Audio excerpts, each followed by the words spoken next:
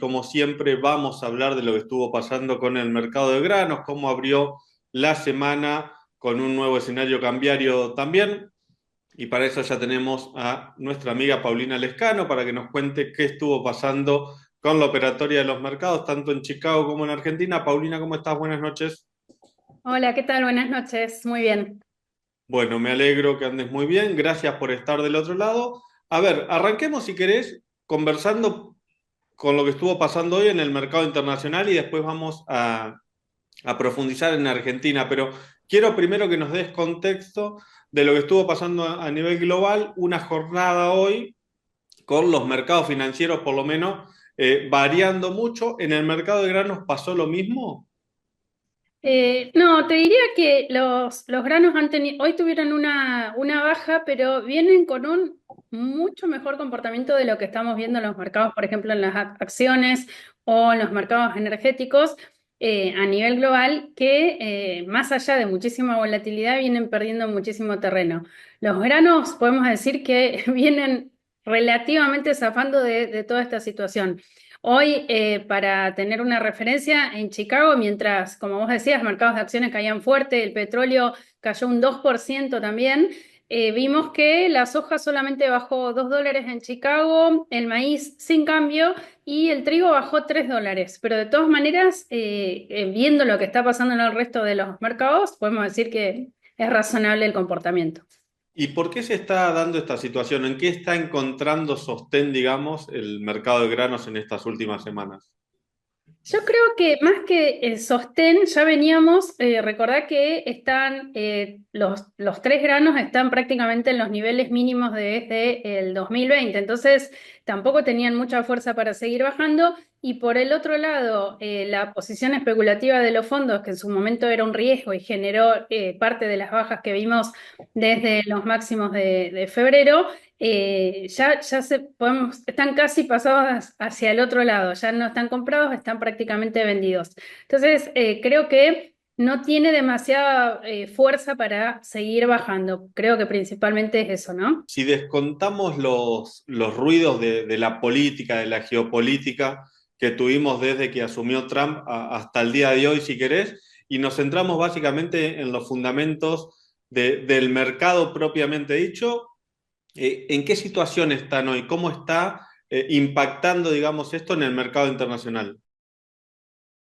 Mira, en este momento en Estados Unidos, ¿te acordás que se espera que haya un incremento muy importante en lo que es la siembra de maíz, justamente porque los precios eran mucho mejores que en el caso de la soja? En ese sentido, se viene avanzando con la siembra. Hoy salió el avance de siembra en Estados Unidos un 12% versus el 10% del promedio de los últimos años. En el caso de la soja, también salió el primer avance, si querés, de siembra, un 8% ya llevan sembrado. Perdón que me sonó el teléfono. Y en el caso del trigo, por ejemplo, también el trigo primavera viene avanzando con la siembra un 17%. Hay un dato que no comentamos, quizás ya lo habías comentado vos antes, que es súper importante respecto a la guerra comercial, y es que hasta hace poco se estaba justamente la incertidumbre si se iba a aplicar una tarifa no sobre productos importados a Estados Unidos, sino sobre los barcos que llevaban mercadería a Estados Unidos que fueran de origen o hubieran sido fabricados en China o de bandera china. Y hoy lo que pasó es que esas tarifas se confirmaron que se van a poner, pero se van a poner recién dentro de 180 días. Y eso es como que le dio un respiro al mercado. Y por el otro lado, con algunas exenciones de no a todos los barcos construidos en China. Entonces, se dio una situación de el mercado venía esperando quizás una situación más negativa y finalmente es negativa, pero no tanto como esperaba el mercado. Desde el punto de vista climático, ¿está teniendo alguna importancia la siembra en Estados Unidos o todavía estamos centrados en lo que es la cosecha sudamericana con el famoso mercado climático que analizan ustedes? Yo creo que está perdiendo cierta relevancia, si querés, como vos dijiste, frente a lo que es la importancia de Sudamérica, especialmente en el caso de soja y de maíz, y frente a esa gran cosecha que venimos mencionando, que ya prácticamente está finalizada de soja en Brasil Y otro dato fundamental, la safriña en Brasil, que también en general es coincidencia que viene muy bien a nivel país, va perdiendo algo de relevancia. ¿Qué es lo que pasa con el clima en Estados Unidos? En especial en esta etapa de la siembra que todavía es bastante inicial, ¿no? Y creo que también venimos de muchos años en los cuales, a pesar de pasar algunos momentos en donde seguíamos las sequías o las inundaciones en Estados Unidos, y finalmente con todos los materiales genéticos que existen hoy en día, de una manera u otra, siempre terminan con con muy buena producción. Entonces creo que de cierta forma va perdiendo algo de relevancia, que es lo que pasa con el clima en Estados Unidos, salvo que sea una catástrofe, obviamente. Estamos frente a un nuevo escenario cambiario. ¿Cómo está repercutiendo primero los precios o cómo estuvieron en realidad repercutiendo los precios en la jornada de hoy, en los últimos días? Venimos de una semana corta en Argentina, con operatoria afuera, pero no en nuestro país. ¿Cómo están hoy los valores en Argentina? Bueno, te diría que acá sí se siente mucho, por un lado, lo que es la presión de cosecha y por el otro, creo que el principal factor que quizás también veníamos en todos los programas y yo los escuchaba a ustedes y creo que en la última entrevista que hicimos también decíamos, ¿no? Que el riesgo que existía de que había mucha mercadería por poner precio, especialmente en el caso de soja, bueno, y eso se está viendo, ¿no? Una presión, por un lado, de avance de cosecha, por el otro una necesidad en muchos casos de vender y eso está generando bajas locales. Por ejemplo, hoy en el Matua Rofex vimos una baja de cerca de $4 para la soja mayo y viene acumulando desde, digamos, el día anterior, desde el viernes previo a que se anunció la salida del cepo, una baja de un 5%, de $16. Así que en el mercado local sí se está sintiendo fuerte, digamos, un cambio, si querés, especialmente en el caso de la soja.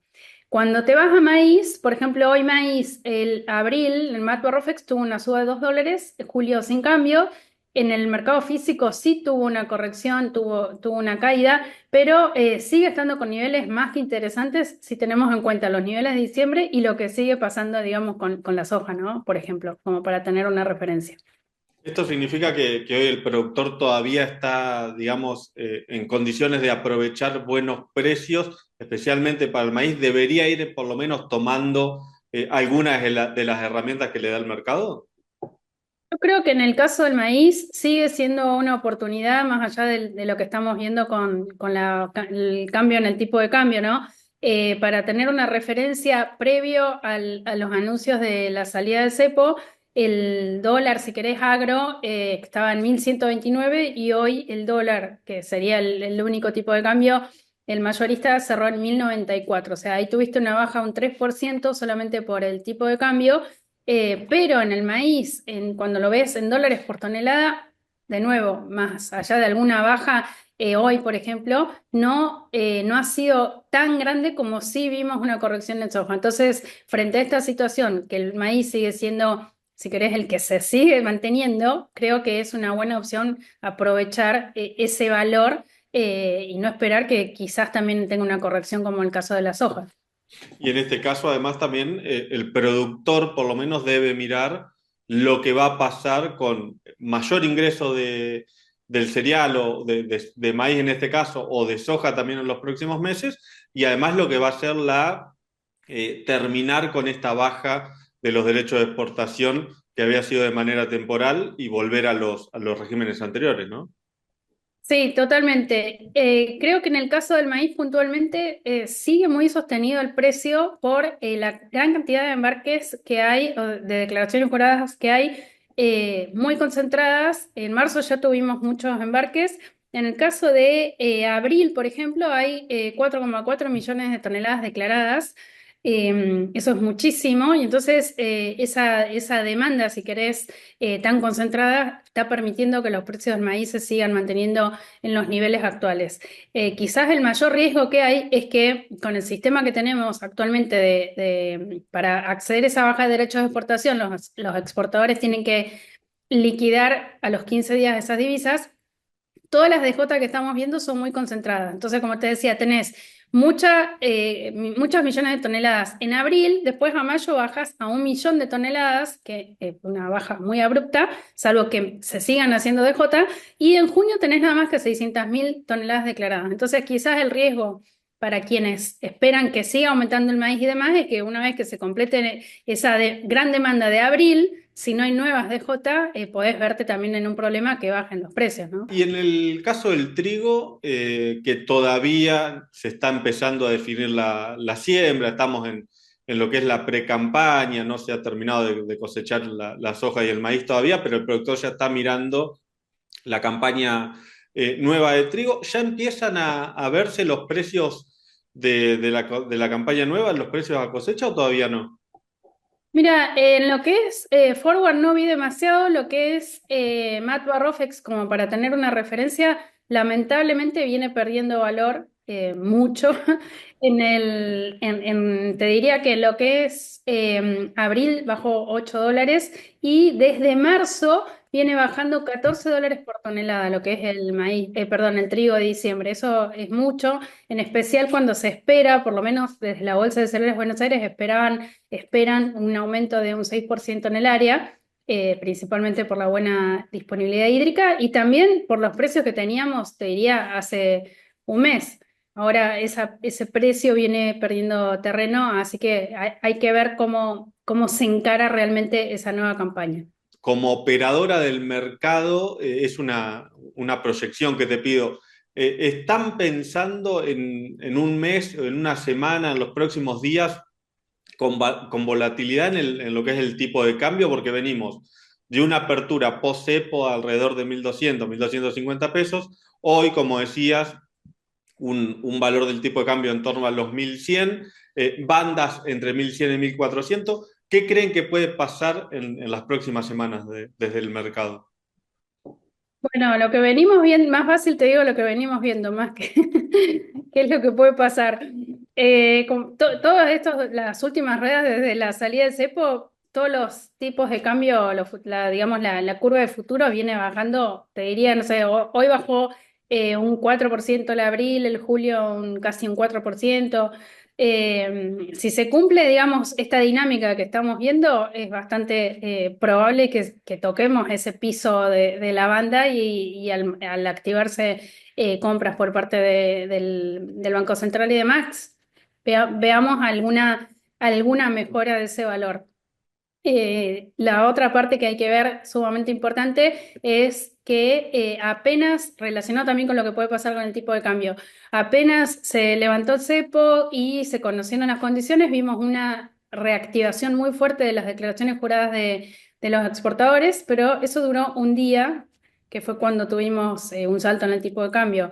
Ahora, con este tipo de cambio, empezamos a esa situación en la cual no se observan demasiadas declaraciones juradas. Así que yo creo que podemos seguir con mucha volatilidad y quizás digamos, siempre el consejo para el productor es que en todo caso trate de, en el caso del maíz, por ejemplo, ese valor que sigue siendo bueno, eh, cubrirlo o calzarlo con, por ejemplo, la compra de insumos, entonces se independiza en cierta forma de lo que puede pasar con el tipo de cambio, ¿no? Entonces, la verdad que no está nada fácil.